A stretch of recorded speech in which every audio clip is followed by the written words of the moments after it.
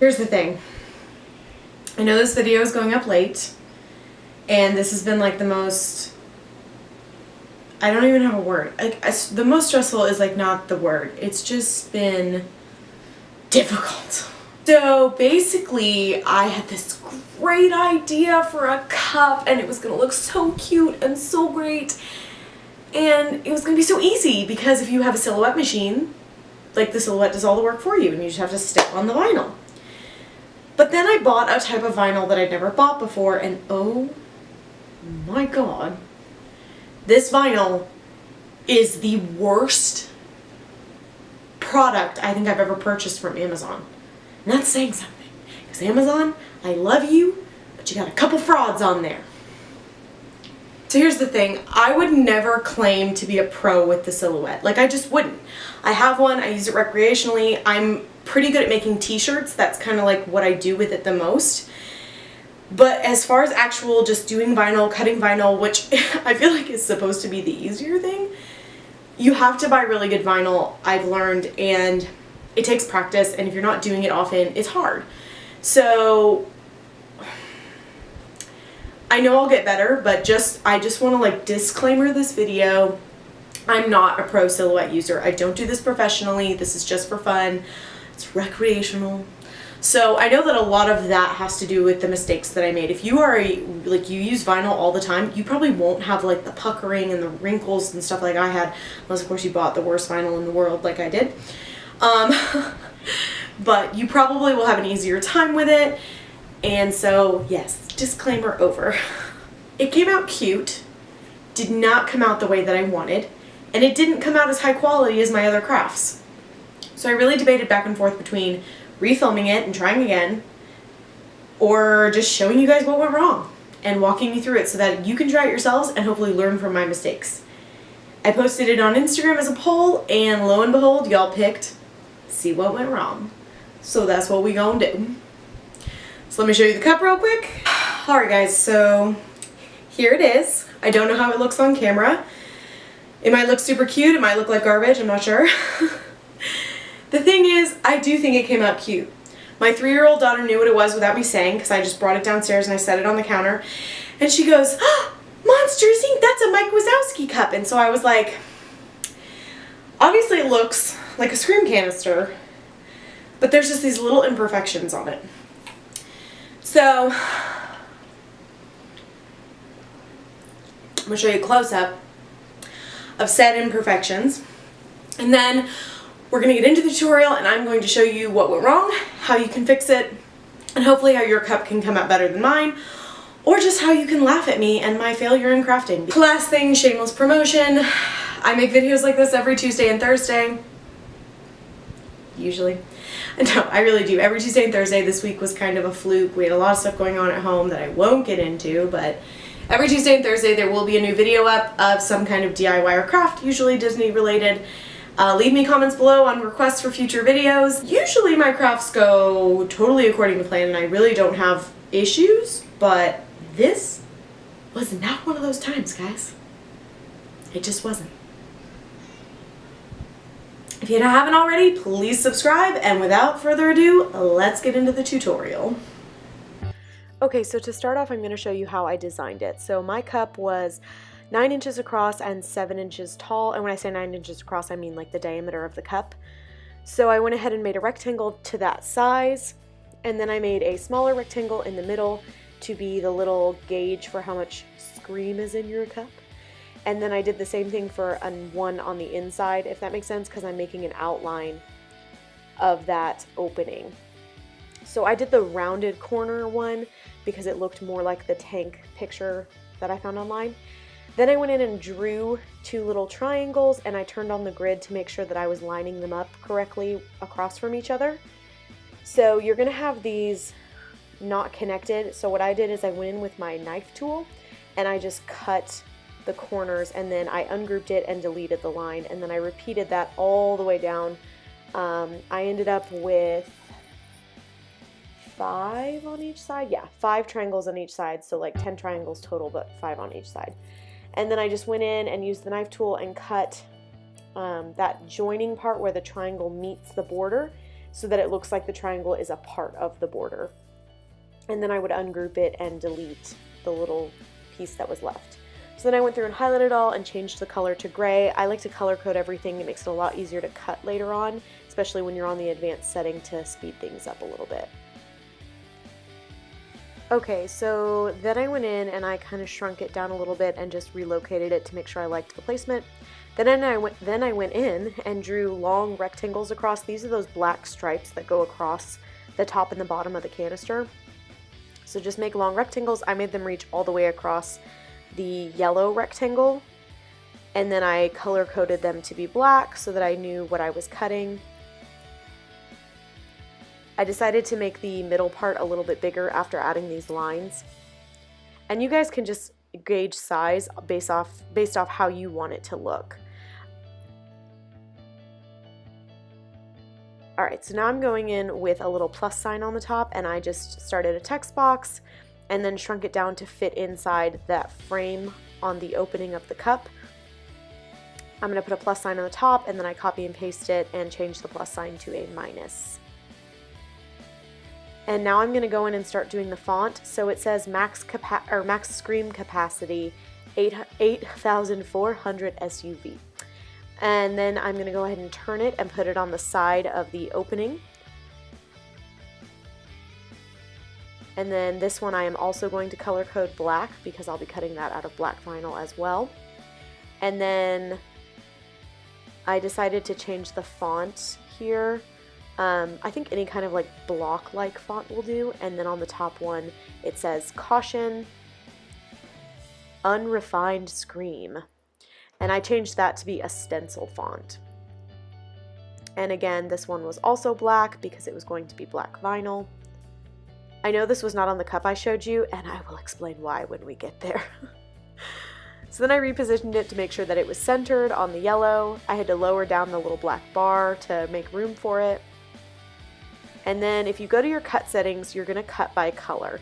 So I started with the yellow, and you are actually going to go in and you're going to have to change the cut for the opening to yellow, or to a color that you are going to cut, but not the whole thing. So not like the triangles and everything. You just need the smaller opening to be yellow.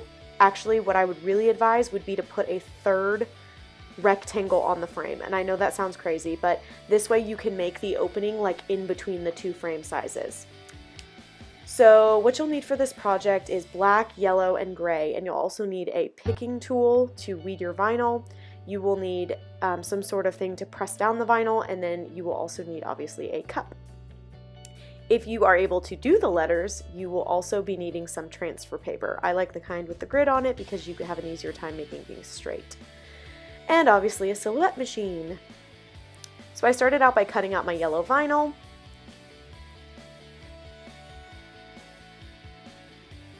And then I went in and weeded out what I did not need.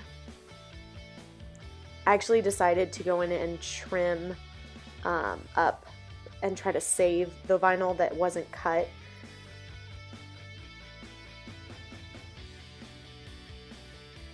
So I went ahead and trimmed that off. Make sure you don't cut your cutting mat with your scissors when you do this. I personally prefer to weed out vinyl when it's still stuck to the mat. I just have an easier time doing it. I don't know if that's just me. Leave me a comment below if you're the same way. And then I went through and I weeded what I did not need. I was already seeing issues with this vinyl on this very first step because weeding it was like not fully cut all the way, and I used a higher blade setting than was suggested. My blade was on 3 and the cutting suggested was 1, and my blade has only been used a couple of times. It's basically new. Alright, so first major problem. So I was like, oh, I'll start on the end and I'll press down my vinyl with my thumbs, and yeah, that was working real great. And then if I got a little wrinkle, I was able to push it out or like lift the vinyl and smooth it, and I'm just rolling along. Wow, this looks fantastic. Oh wait, got to the opening and it's crooked. You know why it's crooked? Because my cup has a slight slant. It is not 9 inches all the way around. At the bottom, it's like 8 inches and a quarter, which, guys, I'm not like really good at math. I don't even know how to figure out how to cut that angle. If you know how, give me some advice on the bottom in the comments. But yeah, so then I was like, okay, well, I'll pre-peel it which, by the way, you're really not supposed to do this because the oil from your hands makes the vinyl less sticky, which obviously makes the vinyl not last as long. But my plan was to pre-peel it and then try to press down the cup on the opening and then like do one end at a time. But every time I pressed it down, the vinyl kept rolling back on itself and just making my life so difficult. Oh my gosh, this is so hard to watch. Guys, I'm so sorry. I don't know why I put this on my YouTube channel. So I basically tried to fix it. I was like, let's start anew. Let's start a new vinyl, shall we? And I'm just going to put it on crooked, and then that'll compensate to make the hole straight. And once again, I was wrong. So now I've thrown away that vinyl and I recut. So recutting the vinyl, I now have a new piece. So now I'm like, okay, I have to start in the center. I have to start on this opening. How do I do that? I tried an Expo knife, like on a test piece of vinyl, like see if I could just cut the paper and then like open the paper and lay it down, and no, that did not work. So after lining it up, I peeled back the paper on the edge of the vinyl and I just tried to press it down with it still placed where I wanted it. That actually did work pretty good. So I have it placed. The opening is where I want it, but see how it's slanted right there? So now I'm rolling it, and I was like, oh, it'll be just like before, because it was really easy to roll it the first time. No, it was not. This vinyl was not having it. It kept wrinkling and puckering, and no matter how much I used my little tool, my tool made it even worse. Honestly, my hands ended up doing a better job. So I just kept smoothing it and trying to press out the air bubbles, and just feeling like such a failure. So I kind of start getting a groove, and I'm able to kind of work out a lot of the big air kinks, but then as I keep going, I get really close to this opening, and I don't know if I just got like too excited, if I was like, oh my god, I'm almost done, but it got messed up. So now I'm trying again, and I cut forward so that this video is not 45 minutes long. But yes, I cut forward, or I try again. I've got it really good started this time, and I really was just patient. Like I just slowly sat there and smoothed it out with my fingers. I don't think I even used that tool again. And then I get to the opening and I'm like, oh my god, I'm so close. I'm so close to being halfway done. And then I got this big old wrinkle. So now I'm having to pull the vinyl, which those of you who work with vinyl, you're really not supposed to stretch it too far because it makes it worse. So I'm pushing and pressing and trying to get it all flat, and then just working my way down. And this is actually why I advised you to cut the hole in like a medium size of the opening. So if you remember, the opening had 2 lines on the frame. So you drew a first rectangle that was large and a second rectangle that was smaller. I want you to put a third one in the middle because I ended up stretching the vinyl to where the opening was larger than originally cut. So then when I go in with the framing, I had to stretch the framing as well. So now I see all these little wrinkles that I've caused, and I'm trying so hard to smooth them out and fix it, but it's just not really happening. So this is what it looks like after I got all the yellow on, and you really can't tell from far away, but close up, oh my gosh. So then I went in and cut the silver, and I had to go in and change my color settings, obviously, and reselect what I needed. And again, don't forget, you want to add in a third rectangle on that framing so that your opening is like in the middle between the outside of the frame and the inside of the frame.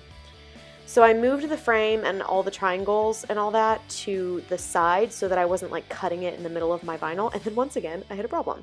So I upped my blade to a 5, or if it was on a 3. No, I upped it to a 4, and I cut it, and it cut through the paper.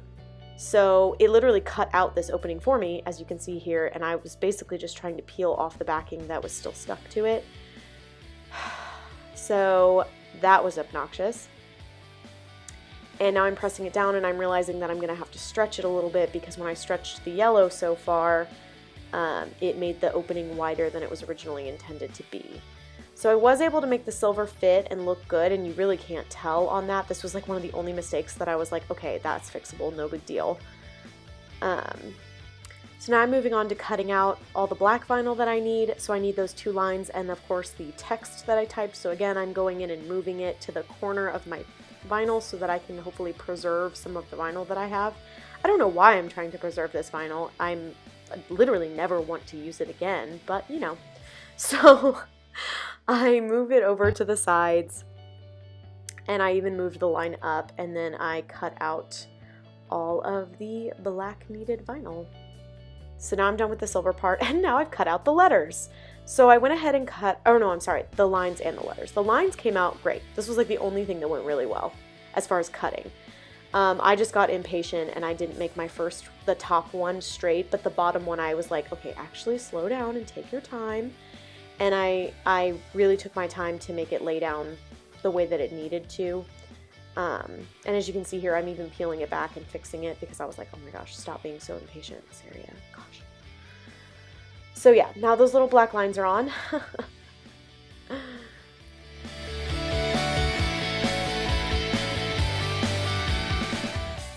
And now the letters. Oh, the letters. This was just the cherry on top of mistakes. So I tried to cut the letters out, and then they would not weed out of the cutting, if that makes sense. Like, they would not stay stuck to the paper.